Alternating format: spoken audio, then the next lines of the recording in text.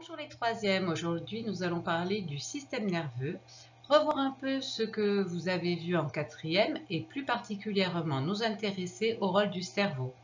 C'est parti! Alors observez bien ces images. Voilà une note du même style.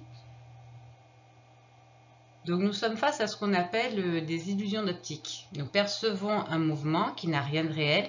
Ces images ne sont pas animées, ce sont de simples dessins, des images fixes. Pourtant, on a le sentiment de percevoir un mouvement. Alors face à d'autres images, notre cerveau est un petit peu mis en échec puisque on va essayer de donner un sens lorsqu'on a des images en trompe-l'œil.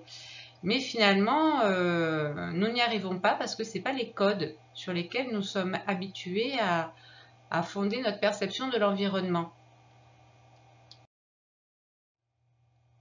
Donc nous allons nous poser comme question pour commencer, comment expliquer que l'on ne perçoive pas toujours correctement la réalité alors que l'œil, qui est l'organe récepteur, est intact.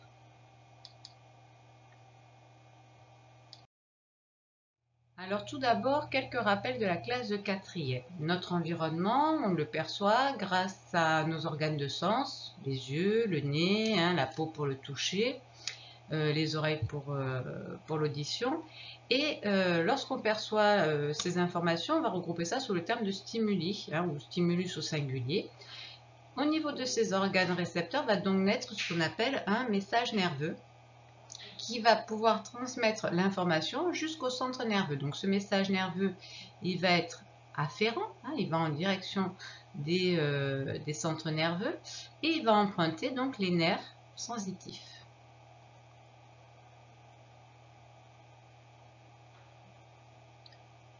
Voilà.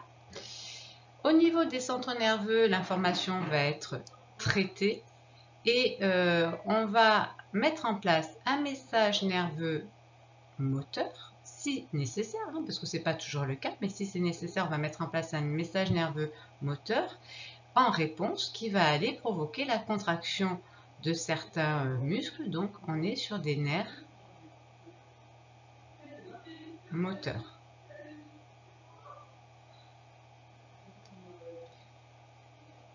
Voilà. Nous, si on essaye de comprendre un petit peu ce qui se passe au niveau du cerveau, ce qu'on appelle généralement le cerveau. Alors, c'est quand même un petit peu plus complexe que simplement cerveau et moelle épinière. En fait, généralement, ce qu'on appelle le cerveau, c'est les hémisphères cérébraux. Donc, de chaque côté du crâne, comme on peut le voir là sur le schéma, on va avoir des hémisphères cérébraux, donc l'hémisphère cérébral droit et l'hémisphère cérébral gauche de l'autre côté. Au-dessous, on a un organe qui s'appelle le cervelet. L'ensemble, avec le bulbe rachidien, ça formera ce qu'on appelle l'encéphale. Et puis au-dessous, on va avoir la moelle épinière. La moelle épinière, c'est donc du tissu nerveux et qui va longer comme ça la colonne vertébrale. Vous avez souvent vu en classe de quatrième des accidents de la moelle épinière qui vont provoquer des paraplégies, par exemple. Alors nous, cette année, on va s'intéresser un petit peu plus donc à l'encéphale. Alors si on regarde un petit peu en coupe, on s'aperçoit qu'au niveau des hémisphères cérébraux, on va trouver nos cellules nerveuses. Vous vous rappelez, vous l'avez vu aussi l'année dernière, les neurones. Alors ces neurones, ils ont une structure qui va ressembler à celle des autres cellules animales.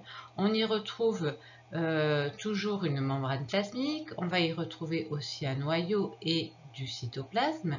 Et cet ensemble-là, c'est ce qu'on appelle le corps cellulaire.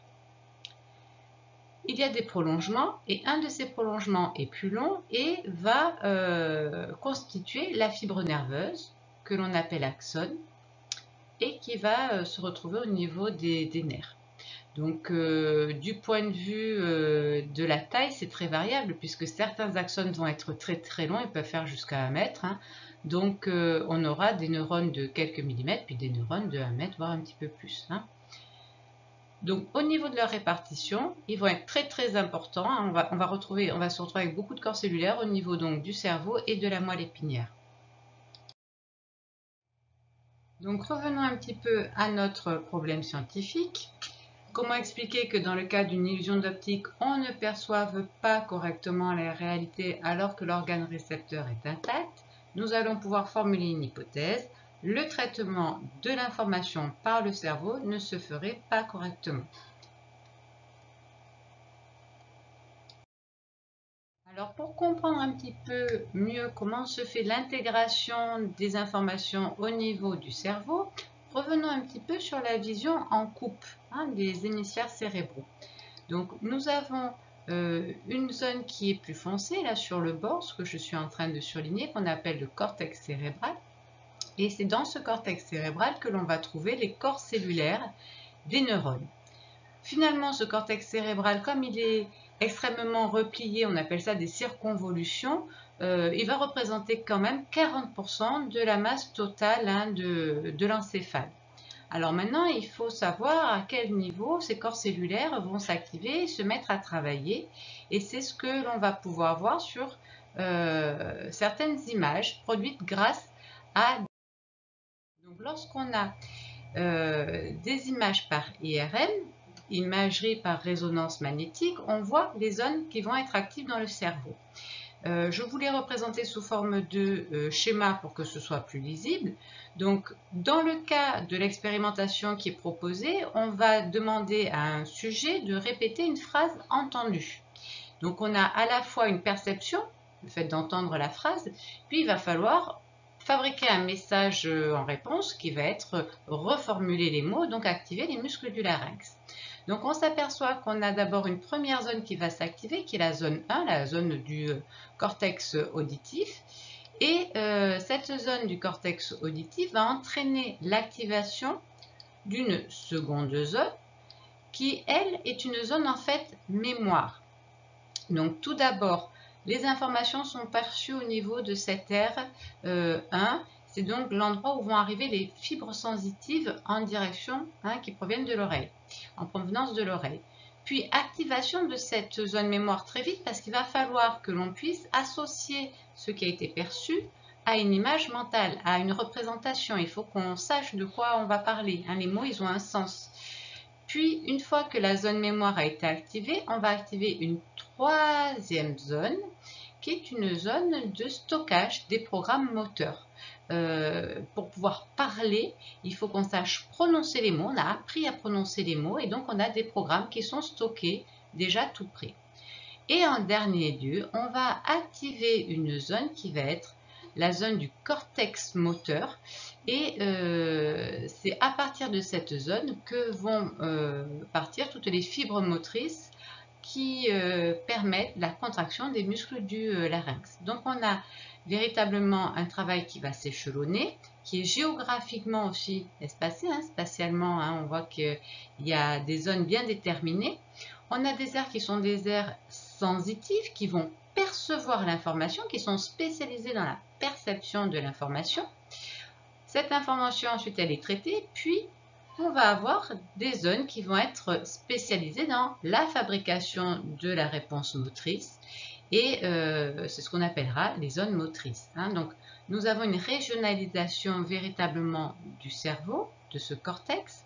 Nous avons une communication qui va se faire entre ces différentes régions et c'est ce qui permet véritablement d'intégrer l'information et de fabriquer un message en réponse qui soit un message unique et adapté.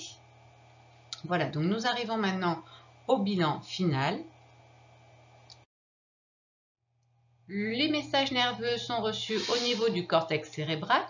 Cette réception se fait au niveau d'une zone précise du cortex appelée aire sensitive. À chaque type de stimulus correspond une aire sensitive. L'ensemble des messages nerveux arrivant au cortex est traité pour donner naissance à une perception de l'environnement. Cela nécessite une communication entre les différentes aires sensitives activées et la mise en jeu de la mémoire. La perception déclenche la production d'un message nerveux moteur à partir des aires motrices. Là aussi, une communication entre les différentes régions du cerveau est nécessaire. Voilà, c'est fini pour cette semaine. À bientôt!